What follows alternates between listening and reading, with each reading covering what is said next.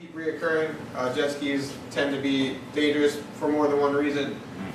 Mainly because the only safety equipment they carry on board is a life jacket. It's really all they can carry, but that life jacket is critical. We had a case where there was a report that came in through Hampton PD, through our locals where we get a lot of our cases, of 2 personnel who left on the jet ski, who hadn't been back in approximately a half hour. They're supposed to be back in 5 minutes. Hampton PD, Hampton Fire were searching for the middle ground off of Newport News. They couldn't find anything. We had launched our 45 from Station Portsmouth. On their way up there, they actually found 3 people. So we had a 3rd person come out of nowhere, clinging to an aid on a Harbor Beach. 3 people in life jackets possibly saved their lives. They're hanging on to an aid at Harbor Beach. So those people were, fortunately, they were saved. And that was alive, but it just shows to show you that be as prepared as you can be, but on the water, if it has a chance to go wrong, it will. So, as I get the roads, that's kind of what we do with our law enforcement. They're kind of a preventative. They get out there and make sure you got your life jackets, make sure you got your flares. And they're very, our auxiliary will help out a lot too. They'll do vessel safety checks, and they'll give out boating courses too. So, there's an opportunity to get some of those topped off. I actually would recommend the Auxiliary Safe Boating courses. My family lives up in Fredericksburg. My kids go to Lake Caroline every summer, and the local law enforcement agents out there won't give you a permit to put your vessel on Lake Caroline until you go through the Coast Guard Auxiliary Safe Boating course, which I like, because that means that tells me that everyone who's been on that lake understands what the safe boating requirements are as mandated by that local law enforcement agency and by the Coast Guard. I feel much better with my daughters going out onto that lake with their friends, knowing that everyone on that water has been educated. So I really want to throw a plug into the auxiliary. We got a great auxiliary detachment out here. Love to go through, help you, educate you, check your stuff, make sure it's all clear and safe, and give you that small piece. Of roads. Primarily, my philosophy is education, warning, enforcement.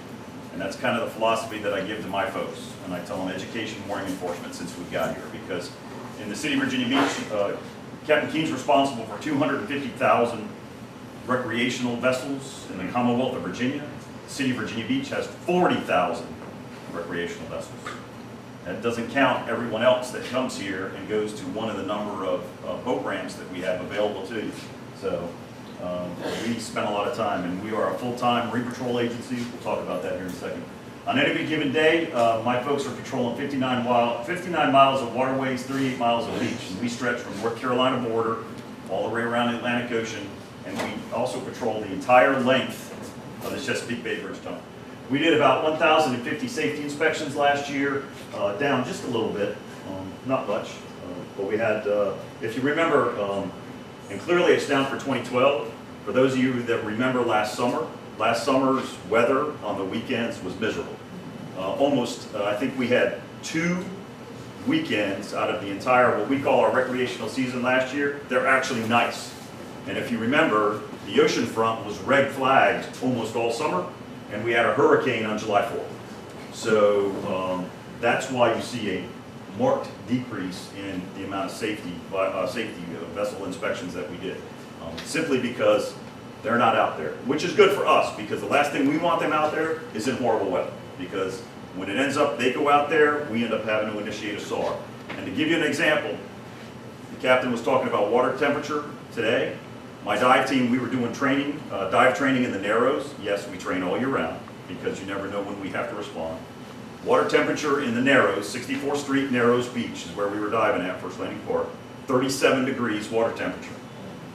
Our water in this Hampton Roads area, historically speaking, is colder than Kodiak, Alaska. We pulled up the charts. Kodiak, Alaska water temperature for the last week, 44 degrees.